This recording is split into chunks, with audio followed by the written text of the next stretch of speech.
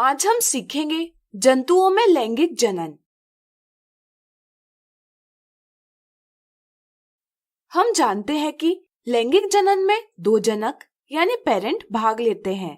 लैंगिक जनन के दौरान नर युग्मक यानी मेल गैमेट तथा मादा युग्मक यानी फीमेल गैमेट का निषेचन यानी फर्टिलाइजेशन होकर युग्मनज यानी जाइगोट उत्पन्न होता है तथा यह विकसित होकर नए जीव में परिवर्तित होता है। चलिए आज मानव में लैंगिक जनन को समझें। लैंगिक जनन में जनकों की लैंगिक परिपक्वता यानी सेक्सुअल मैच्योरिटी आवश्यक होती है। मानव में जैसे जैसे आयु बढ़ती है, शरीर में अनेक परिवर्तन आते हैं, जैसे लंबाई और भार बढ़ना। ये केवल शारीरिक परिवर्तन है। लैंगिक परिपक्वता के संदर्भ में लड़के और लड़कियों में 10 से 14 वर्ष की आयु में विभिन्न बदलाव आते हैं, जैसे दोनों में शारीरिक सौष्ठव यानी अपीयरेंस ऑफ बॉडी बदलता है। जननांग और लैंगिक जनन के लिए सहायक विभिन्न ऊतक विकसित होते हैं।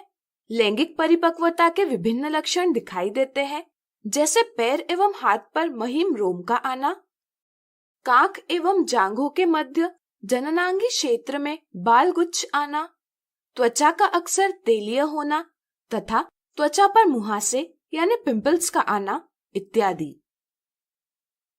शारीरिक और मानसिक परिवर्तनों के साथ लड़के और लड़कियां दोनों में कुछ हार्मोनल और भावनात्मक परिवर्तन भी आते हैं, जैसे वे एक दूसरे के प्रति अधिक सजग हो जाते हैं। इस दौरान कुछ ऐसे बदलाव भी आते हैं जो लड़के और लड़कियों में भिन्न होते हैं, जैसे लड़कों में चेहरे पर दाढ़ी मूंछ निकल आती है, आवाज फटने लगता है, दिवा स्वप्न अथवा नींद में शीश्न विवर्धित यानी एनलार्ज तथा ऊर्ध्व होता है इत्यादि। इसी तरह लड़कियों में स्तन के आकार में वृद्धि होती है, स्तनाग्र की त्वचा का रंग गहरा होता है एवं रजोधर्म यानी मेंस्ट्रुएशन की शुरुआत होती है इत्यादि। ध्यान रहे, ये बदलाव समय के साथ धीमी गति से होते हैं। सभी व्यक्तियों में ये बदलाव भिन्न आयु में होते हैं तथा किसी व्यक्ति में सभी बदलाव एक साथ नहीं होते, वे समय के साथ मंद गति से होते हैं।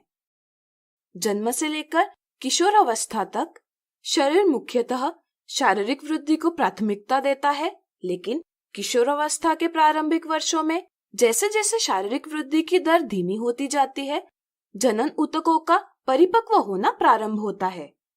किशोरावस्था यानी एडोलेसेंस की इस अवधि को यौवनारंभ यानी प्यूबर्टी कहते हैं। लैंगिक परिपक्वता आने के बाद नर एवं मादा जनन के लिए योग्य हो जाते हैं।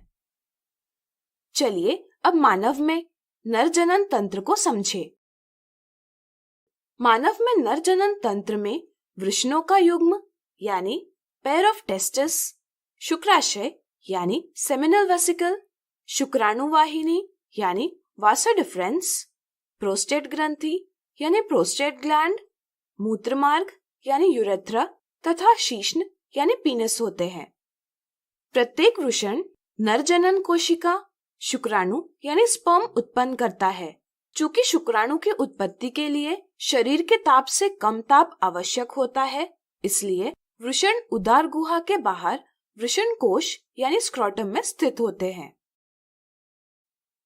एक शुक्राणु सूक्ष्म संरचना होती है जिसमें अनुवांशिक पदार्थ होते हैं तथा एक लंबी पूंछ होती है, जिसकी सहायता से वह मादा जनन कोशिका तक तैरते हुए जा सकता है। वृषणों द्वारा टेस्टोस्टेरोन हार्मोन भी उत्पन्न किया जाता है, जो शुक्राणु के उत्पादन का नियंत्रण करता है। साथ ही साथ लड़कों में यौवन अवस्था के लक्षणों को भी नियंत्रित करता है।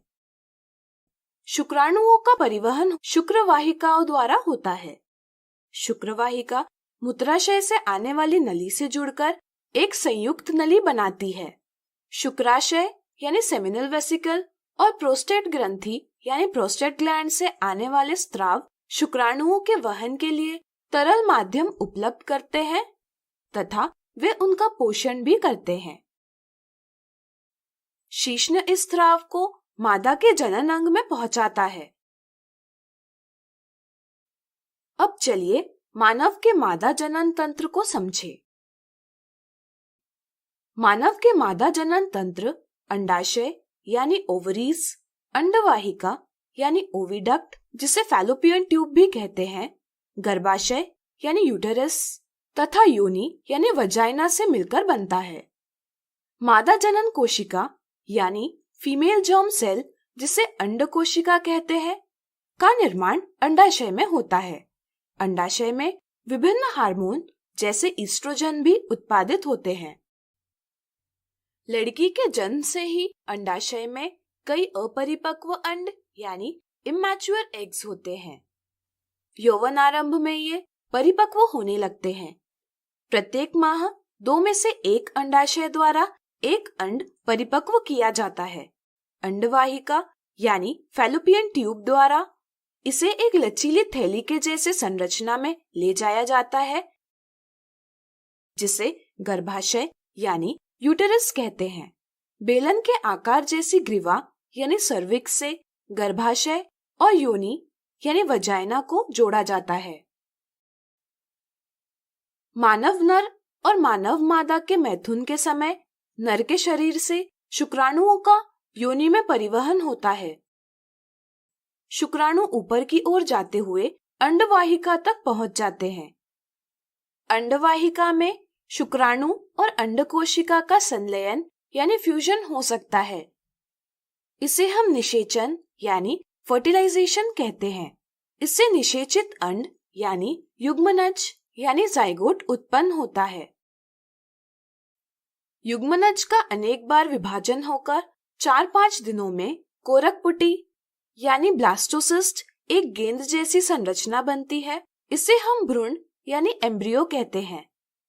इसके बाद गर्भाशय में भ्रूण की स्थापना होती है जहां वह विकसित होता है। इसके लिए गर्भाशय की भित्ति में एक तश्तरी के जैसी संरचना विकसित होती है जिसे हम अपरा या प्लासेंटा कहते हैं। प्लासेंटा भ्रूण से नाभि रज्जु यानी अम्बिलिकल कॉर्ड द्वारा जोड़ी जाती है। नाभि रज्जु की सहायता से प्लासेंटा भ्रूण को ग्लूकोज, ऑक्सीजन तथा आवश्यक पदार्थों की आपूर्ति करता है। इसी तरह भ्रूण द्वारा उत्पन्न कार्बन डाइऑक्साइड और अन्य उत्सर्जी अविशिष्ट पदार्थों को बाहर निकालता है। गर्भावस्था के पश्चात लगभग 9 महीने में गर्भ पूर्ण रूप से विकसित हो जाता है तथा प्रसव के लिए तैयार हो जाता है। प्रसव के दौरान गर्भाशय की पेशियों का लयबद्ध संकुचन होता है जिससे शिशु का जन्म होता है।